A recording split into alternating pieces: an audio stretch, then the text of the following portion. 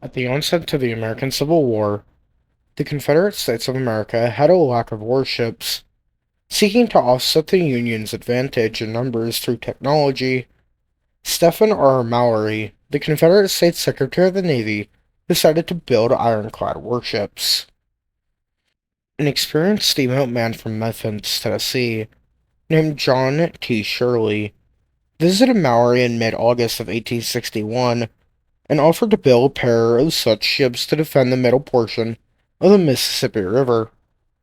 Acutely aware of the lack of Confederate naval facilities in the region able to build ironclads, Mallory and Shirley signed a contract for two ships, the Arkansas and her sister ship, the Tennessee, at a price of $76,920 each on the 24th of August.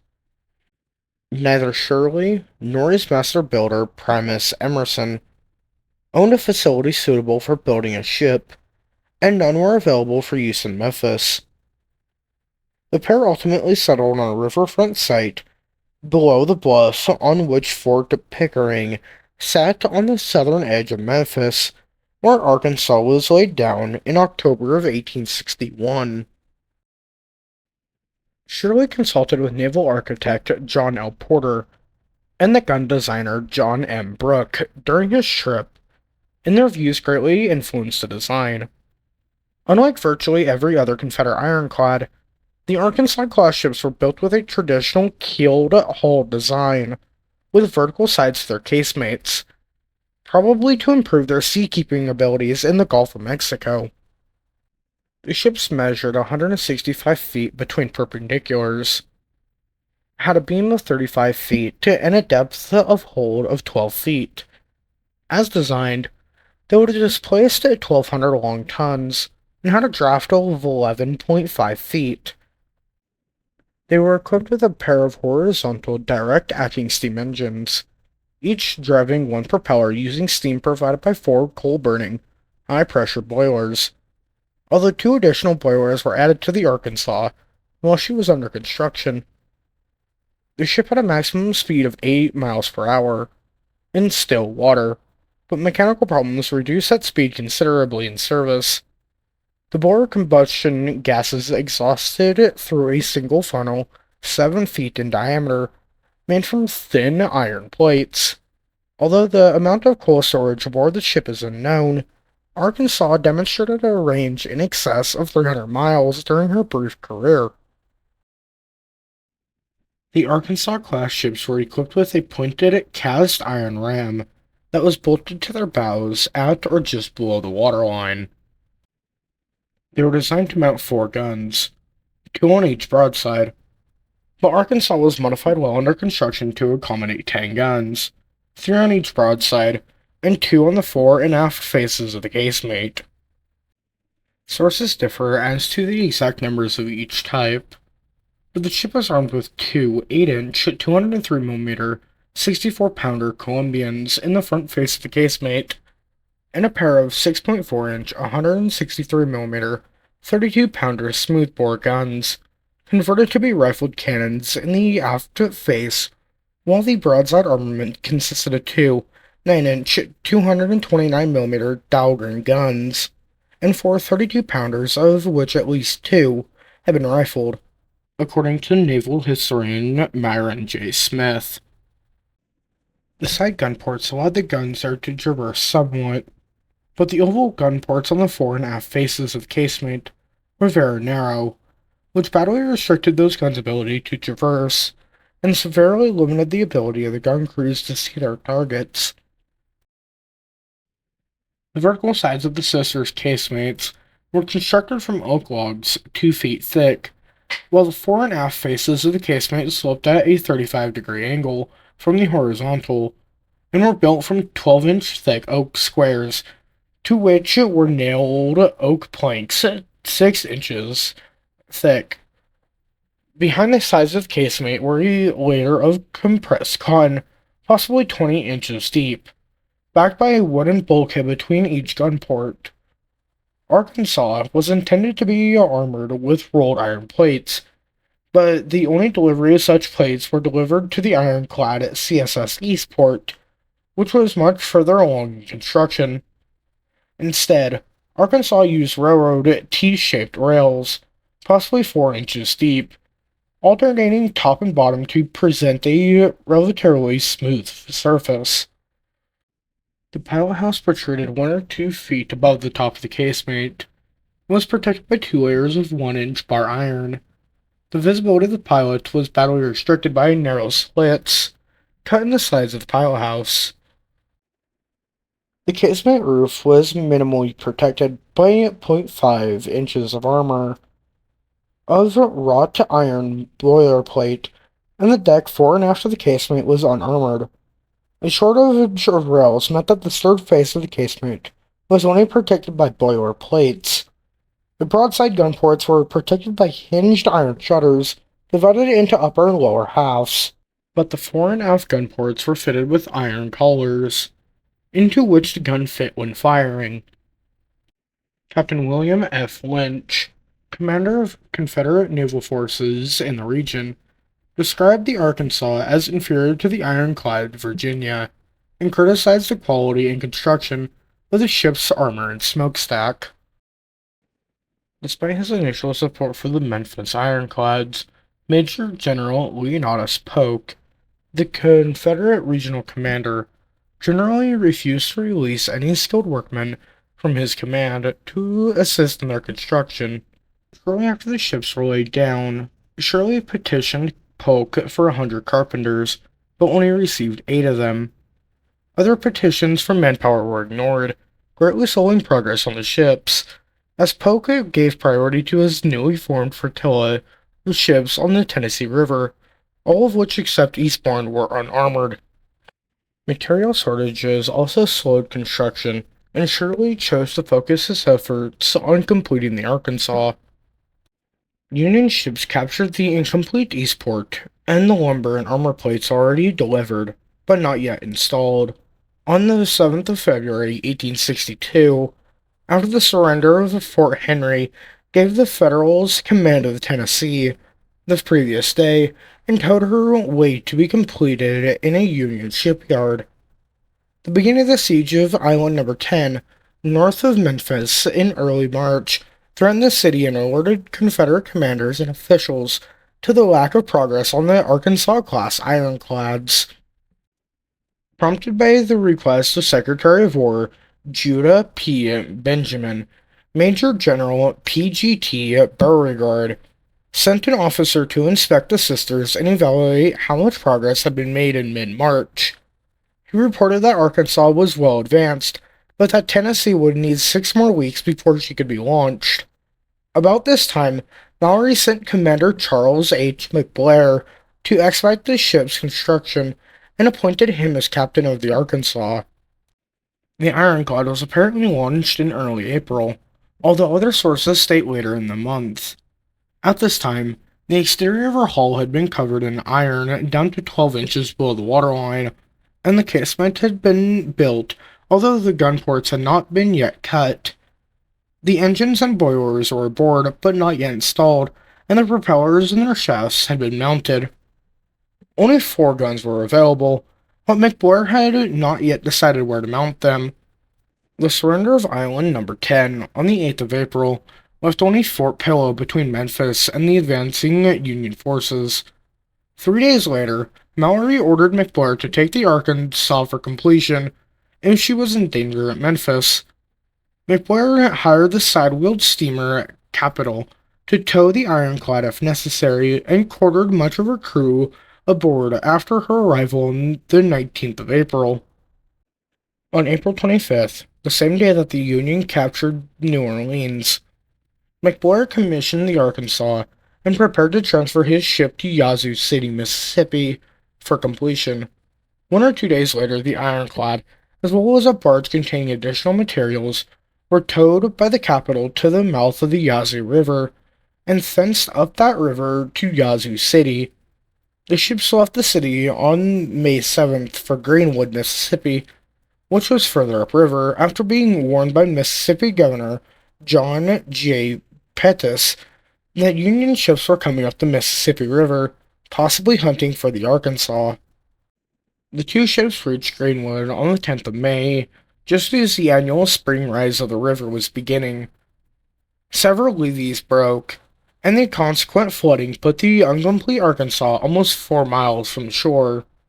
To further complicate things, the barge that had accompanied the ship from Memphis also sank during this time, and vital machinery and material had to be recovered from the river bottom using a diving bell. Progress on the ironclad advanced at a snail's pace during these difficulties. On the 19th of May, Beauregard inquired about Arkansas's status and, displeased by the lack of progress, telegraphed Mallory, requesting new leadership for the ironclad.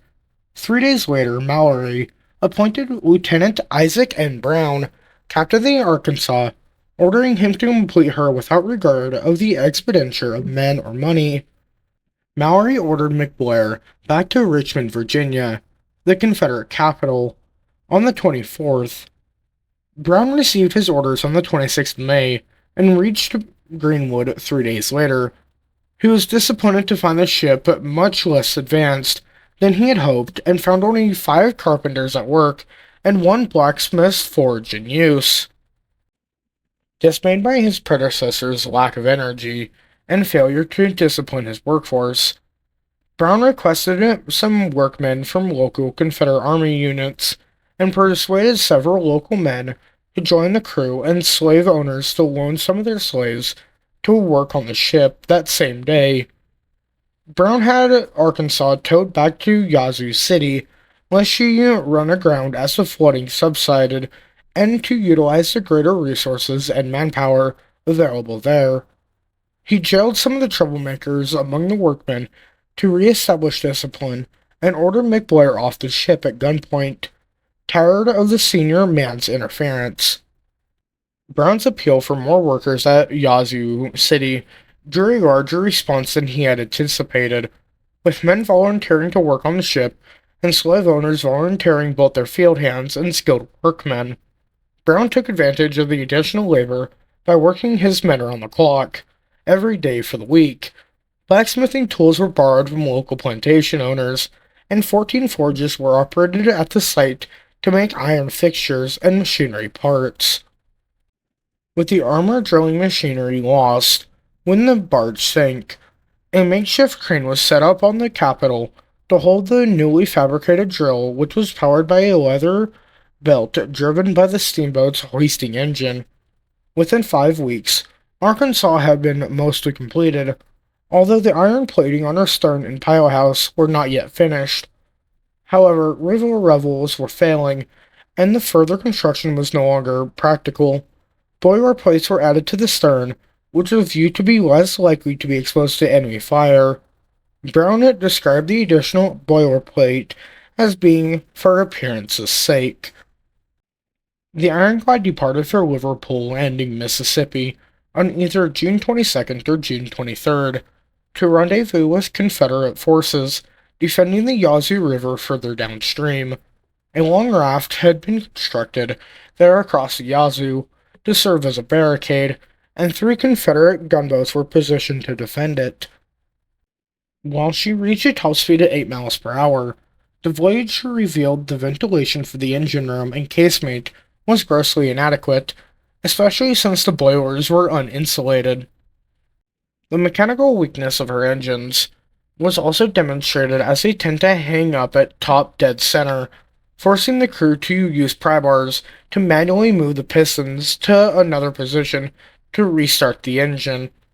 The engines were linked by a stopper that was supposed to stop one engine if the other stopped for any reason, but they never worked, and Arkansas would start to turn in a circle as the working engine overpowered the turning force provided by the rudder. By this time, a Union Navy fleet commanded by Flag Officer Charles H. Davis had captured Memphis and occupied the Mississippi River north of Vicksburg, Mississippi, threatening the city. 2 unarmed Union ships approached Liverpool Landing on the 26th of June, causing Commander Robert Pickney to order his gunboats burned. The Union ships returned to the Mississippi River and Arkansas arrived at the scene after they had left. Brown ordered his crew to try to put out the flames, but they were unsuccessful. Although nothing could be salvaged from the gunboats, quantities of supplies and material, including cannon, had been offloaded earlier. 2 days later, Commodore David G. Farragut passed the defenses of Vicksburg to unite with Davis's ships north of the city. Brown briefly returned to Yazoo City to test his engines, but otherwise remained at Liverpool Landing, trying to fix the engines, finishing fitting the ironclad, and integrating the crews of the destroyed gunboats into his own crew. As his ship became more combat-worthy, Brown sent Lieutenant Charles Reed to Vicksburg on the 8th of July to find out what the Confederate commander of the area, Major General Van Dorn, wanted him to do and to scout out the Union fleet between him and the city. Van Dorn ordered him to sortie into the Mississippi to attack the Union ships north of the city, and then to proceed south of Vicksburg and destroy the mortar boats there if the condition of his ship allowed him to do so. Around the 11th of July, 60 Missouri artillerymen who had volunteered to serve aboard the Arkansas en route to Vicksburg arrived and were given a crash course on operating heavy artillery. A passage was cut through the raft barrier at Liverpool Landing on the 12th of July, and Arkansas continued downriver to Santarcia, Mississippi, accompanied by the tugboat CSS St. Mary. Brown spent all day there on the 13th, exercising his gun crews. Problem secured on the 14th of July, when the gunpowder in the forward magazine was discovered to have been dampened by steam escaping from her engines. Arkansas had to stop at the riverbank for her crew to allow the powder to dry in the sun. Brown reloaded the dry powder later that day and continued to Heine's Bluff, where he anchored around midnight, intending to surprise the Union ships in the Mississippi at dawn. Farragut had been alerted by Confederate deserters that the Arkansas was on the Yazoo, although the latest Union intelligence was that she was still incomplete and upriver from Liverpool Landing. Nonetheless, Farragut and Davis agreed to send a reconnaissance mission up the Yazoo to search for the ironclad, consisting of the timber-clad gunboat Tyler, the ram Queen of the West, and the ironclad Farragut. Leaving the St. Mary behind, Brown departed his anchorage at 0300 hours and spotted the Union ships about 3 hours later, a few miles from the mouth of the Yazoo. Brown ordered his pilot to steer for the Farragut, intending to ram the Union ship about 2 miles astern of Tyler and the Queen of the West. He only authorized his forward guns to fire if they bore directly on a target, as he did not want to be slowed down by the cannon's recoil. Tyler drew the first blood of the engagement when a Confederate soldier was decapitated by a projectile while leaning out of a gunport. The two unarmored ships reversed course to fall back on the Farragut, but Arkansas was able to close within range of 150 to 200 yards from the Tyler. A shell from one of her Columbians detonated inside Tyler's engine room, killing 9 men and wounding 16 others. But the gun recoiled off its mount, and it took 10 minutes of hard labor to remount the gun. Although the Queen of the West was not armed, she attempted to maneuver into a position from which she could ram the Confederate warship, but she was disouted by a broadside from the Arkansas and turned downstream. Tyler followed shortly after, continuing to engage the ironclad with her single 30-pounder Parrott rifle stern chaser from a range of 200 to 300 yards. As Farragut and Arkansas closed the range, the former shells bounced off the Confederate ship's armor, while the latter shells began to penetrate the Union ironclad's thinner frontal armor. Commander Henry A. Wolk, Farragut's captain, then ordered his ship to reverse course so that the Arkansas could not ram him, Even though the maneuver exposes unarmored stern with its pair of 32-pounder smoothbore stern chasers, Arkansas was able to close within 50 yards of the retreating Union ironclad, but could not get any closer.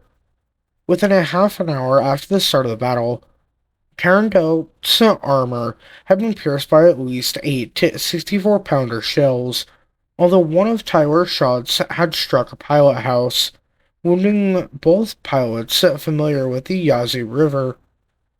Around this time, the sharpshooters aboard Tyler opened fire, shooting at Arkansas's smokestack, gun ports, and Brown himself, who had been commanding his ship from the top of the casemate. One mini ball grazed his head as he was about to descend into the casemate, but only temporarily knocked him unconscious.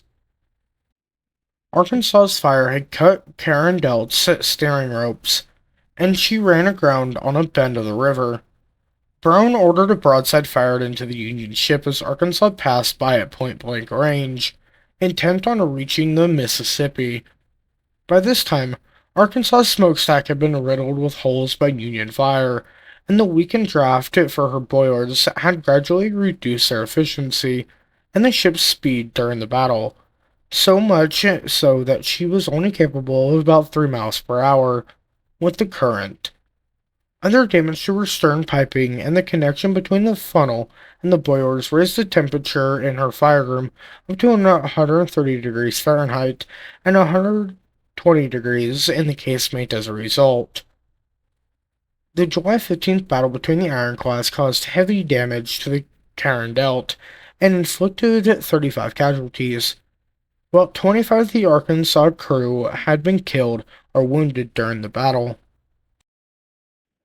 In order to reach Vicksburg, Arkansas needed to force her way through the Union fleet.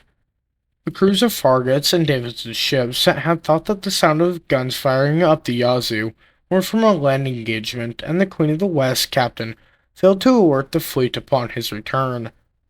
The Confederates had made some repairs to the boilers' exhausts, and Arkansas was able to generate a moderate head of steam by burning oily material by the time she pursued Tyler into the Mississippi at 0830.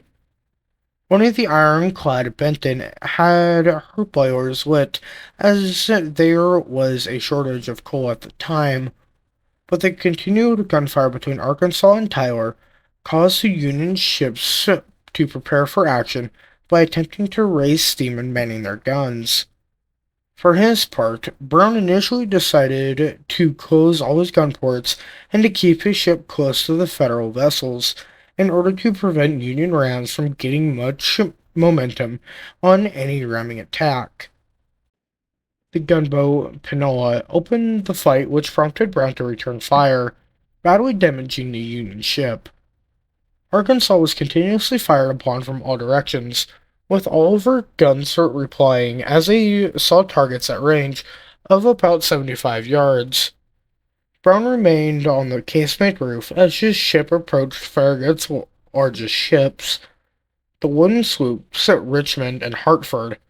Before the Arkansas could reach them, the ram Lancaster passed by the ironclad in an attempt to ram her, but was disabled by a shot through the stem drum.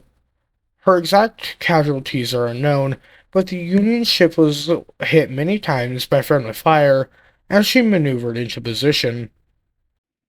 The clouds of smoke produced by all the shooting greatly reduced visibility, and the Union ships were additionally handicapped by the presence of Union transports and hospital ships on the other side of the river that might be damaged if they missed the Arkansas. Hartford had to wait until the ironclad moved farther downstream before she could open fire, and was only able to fire a single volley before her guns could no longer bear. One of her shots penetrated the Confederate ship's casemate and killed 4 men and wounded another. Another shot by the sloop Ingornius killed or wounded the entire 16-man crew of one of the Columbians and started a small fire that was quickly extinguished. One shot by either the gunboat Wissahickon or her sister the Winona penetrated the casemate near a Dahlgren gun, killing 3 men and wounding 3 others. traveling through the boiler exhaust to strike the far side of the casemate, killing or injuring 15 men at another gun. By this time, the ironclad had little steam available and was mostly drifting with the current. Temperatures in the fire room required the crewmen to be rotated every 15 minutes, as they could not be overcome by heat exhaustion. Brown had thus far spent the entire battle either in the pilot house or on the casemate's roof, and he returned to the latter position to seek relief from the heat. Despite his exposed position, he was only slightly wounded during the battle. The improved visibility atop the casemate allowed him to see that the only remaining ships that he had to pass were a few of Davis's ironclads. Although only two were combat-worthy at the time, Benton had steam up and was able to move slowly as Arkansas approached, slowly enough that Brown attempted to ram her. The Union ironclad was able to speed up enough to invade the Confederate ship, although she was lightly damaged when the Arkansas fired a broadside into Benton's stern as she passed by. The ironclad Cincinnati was the last ship barring the way to Vicksburg, but she barely had any speed up and was easily evaded. The two Union ironclads pursued the Arkansas until a brief gun duel with the city's defenses caused them to head back upstream.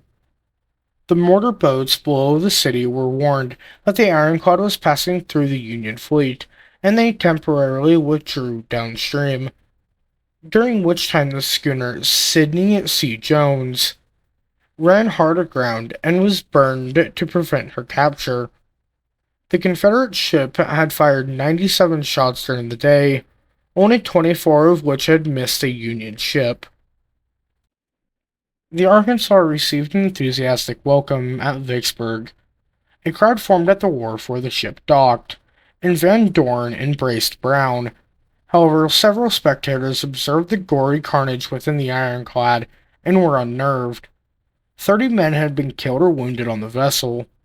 Brown and his crew spent the rest of the day taking care of the dead and wounded, replenishing the ship's coal supply, and making temporary repairs.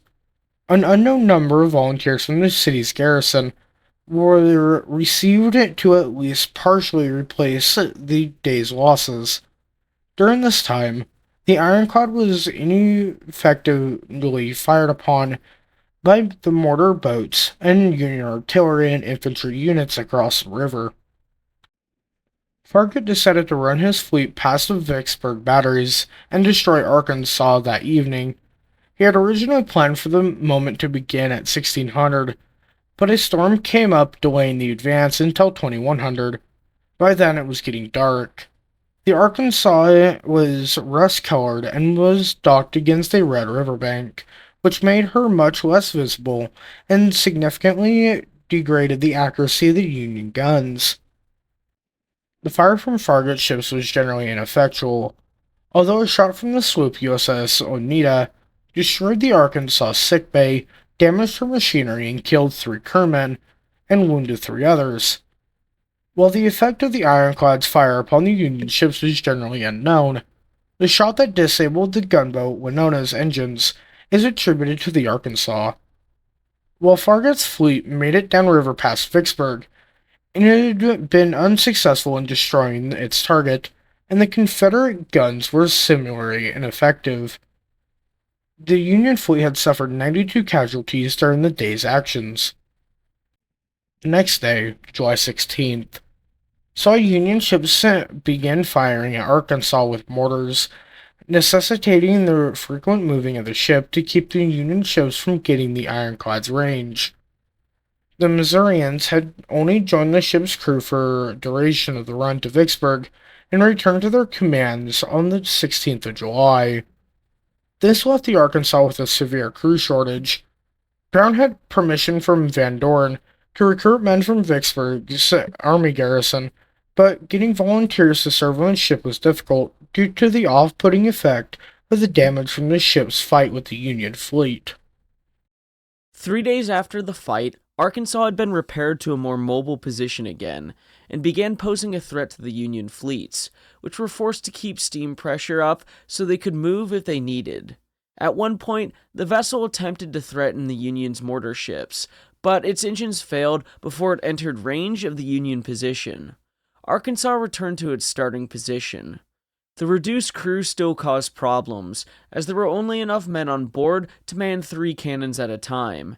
After a conversation, Farragut and Davis decided to attack Arkansas at her position at Vicksburg. The attack fell on July 22nd, and it was conducted by Essex, Queen of the West, and Sumter. Essex was the largest ironclad the Union had available, and Queen of the West was the strongest ram. Arkansas was not prepared for a battle. The ship's engines were disabled, and the understrength crew was reduced even further with a number of men in hospital at the time. Brown had only part of his officer corps and 28 crewmen present. Only 2 cannons could be manned with the available crew. The Union vessels did not coordinate well. Essex tried to ram Arkansas, but the Confederate vessel maneuvered out of the way, while its opponent missed and temporarily ran aground. A close-range duel between the 2 ships followed, in which Essex suffered little damage, but a shot penetrated Arkansas, inflicting casualties. That single shot also damaged Arkansas's superstructure. Queen of the West rammed the Confederate vessel, but caused no major damage. It also ran aground. Once the 2 Union ships freed themselves, Essex continued downriver from Vicksburg, while Queen of the West returned to north of the city. A parting shot from Arkansas hit Queen of the West in the stern during the retreat. The shot had skipped off the water several times before striking the ship. After the attack against Arkansas, Farragut decided that remaining in position near Vicksburg was no longer tenable. The expected seasonal drop in river level threatened to strand his ships on the Mississippi. A third of his sailors were sick, and the Navy was unlikely to receive needed help from the Army. The threats caused by the presence of Arkansas did not help the matter. On July 23rd, orders from the United States Secretary of the Navy, Gideon Welles, permitted Farragut to abandon the position and leave for the Gulf of Mexico. The next day, Farragut's ships began the movement downriver, leaving Davis behind to continue bombarding the Confederates. However, Davis, on his own initiative, ordered a withdrawal to Helena, Arkansas, on July 28th. His crews had been decimated by disease, and he risked not having enough men to continue to operate his ships if he did not withdraw. With the threat of the Union fleets no longer present, Brown was granted 4 days of leave at Grenada, Mississippi for a recovery from injuries. Before leaving, he ordered Lieutenant Henry K. Stevens that the Arkansas should not be moved. Van Dorn was also informed that the ship's engine problems prevented her from being usable without repairs. Brown fell ill, while Van Dorn planned an attack on the Union-held city of Baton Rouge, Louisiana. Major General John C. Breckinridge was in charge of the Confederate Army assault against Baton Rouge, but soon saw almost half of his force stricken by disease. To make up for the loss of manpower, Breckinridge asked for Arkansas to support his attack. Despite the ship still being in a poor state of repair, Van Dorn ordered her to take part in the attack. Stevens objected, citing Brown's orders that the ship should not be moved. And the question went to the Confederate States Department of the Navy, who decided not to intervene. After making final preparations, Stevens was forced to steam the ironclad towards Baton Rouge. Brown learned of the debate, and left his sickbed to prevent the Arkansas from leaving Vicksburg, but learned that she had already left when he reached Jackson. Contemplating matters, the ship's regular engineer was too sick to make the journey, and an Army volunteer who lacked experience with the type of engines used on the ship served as the engineer. Engine troubles would occur during the journey, and this would cause the ship to spin. Essex was one of the Union ships at Baton Rouge, and her fire helped repulse Breckinridge's attack in the Battle of Baton Rouge. After reaching a point close enough to see Baton Rouge, Stevens and the ship's pilot decided upon a plan of attack to ram and sink the Essex, and then move downstream in order to block the retreat of the smaller Union vessels present. During the movement, the Arkansas suffered yet another engine failure, which caused her to run aground on some cypress stumps. It took several hours to repair the engines, and some iron that had been covering the deck was thrown overboard to lighten the ship. Arkansas was able to free herself, but the strain on the engines caused a crank pin to break. A forward was constructed to create a new pin, and an engineer on board the ship with blacksmithing experience created a new one. Fixing the engine took all night, and when the ship attempted to move downstream again, on the 6th of August, the other engine broke down, rendering her immobile. Essex approached, and Stevens ordered the scuttling of his own ship. Burning, Arkansas floated downstream before blowing up and sinking around noon. In 1981, the National Underwater and Marine Agency would discover the wreck of the Arkansas. She rests deep under the levee on a north-south heading, about a mile and 4/10 south from the Auto and Railroad Bridge, just below Free Negro Point, 230 yards below mile marker 233. There was a newspaper report that a sand and gravel company pumped up skeletons and shells from the Union warship, Mississippi, whose executive officer was George Dewey. Old inhabitants pointed out the general area of our find as the same as the Thompson Sand and Gravel Company. I can't comment on the skeletons, but I've researched out the Mississippi, and she blew up and sank a good 10 miles up the river. The gravel outfit most likely struck on the Arkansas, as the shells were identified as coming from known Confederate ordnance, which strikes me as flimsy, knowing most of the guns used by the South were of northern manufacture.